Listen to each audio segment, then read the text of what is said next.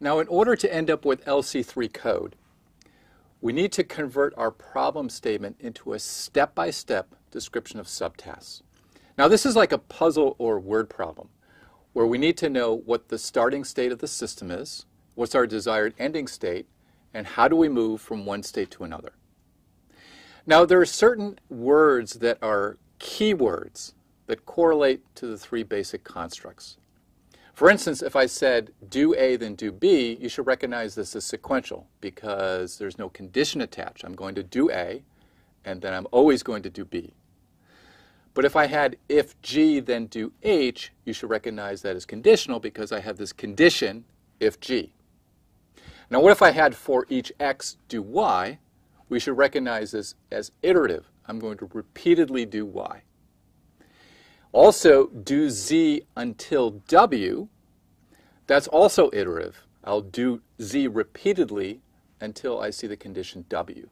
Let's revisit our example of counting characters and progressively break it down to smaller and smaller subtasks until we end up with LC3 code.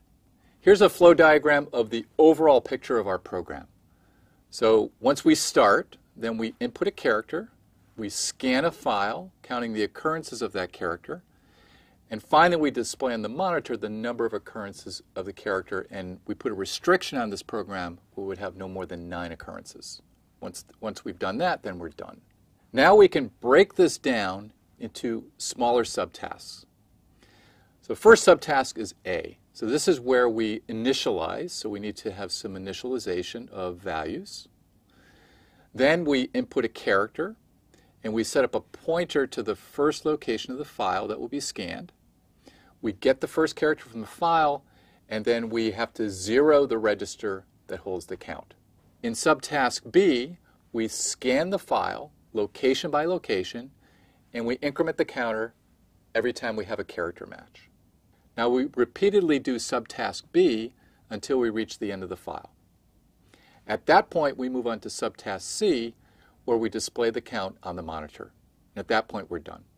Now the next step is to take each of these subtasks A, B, and C and break them down further until we get to LC3 instructions. Let's look in particular at refining subtask B. Here's subtask B again.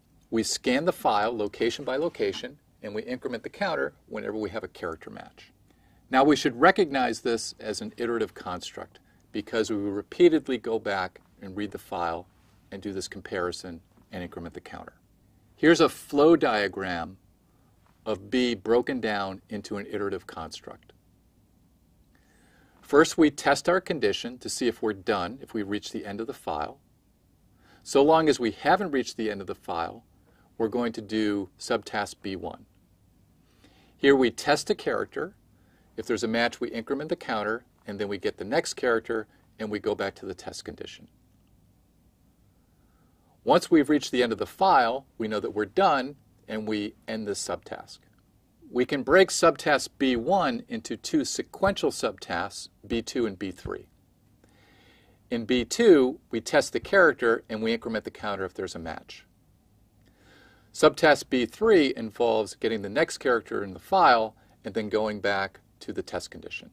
Now we're at the point where we can describe B2 and B3 in terms of register values and operations. Here's B2 broken down even further.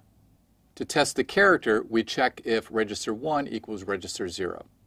If so, then we increment the counter R2, and if not, we skip that step.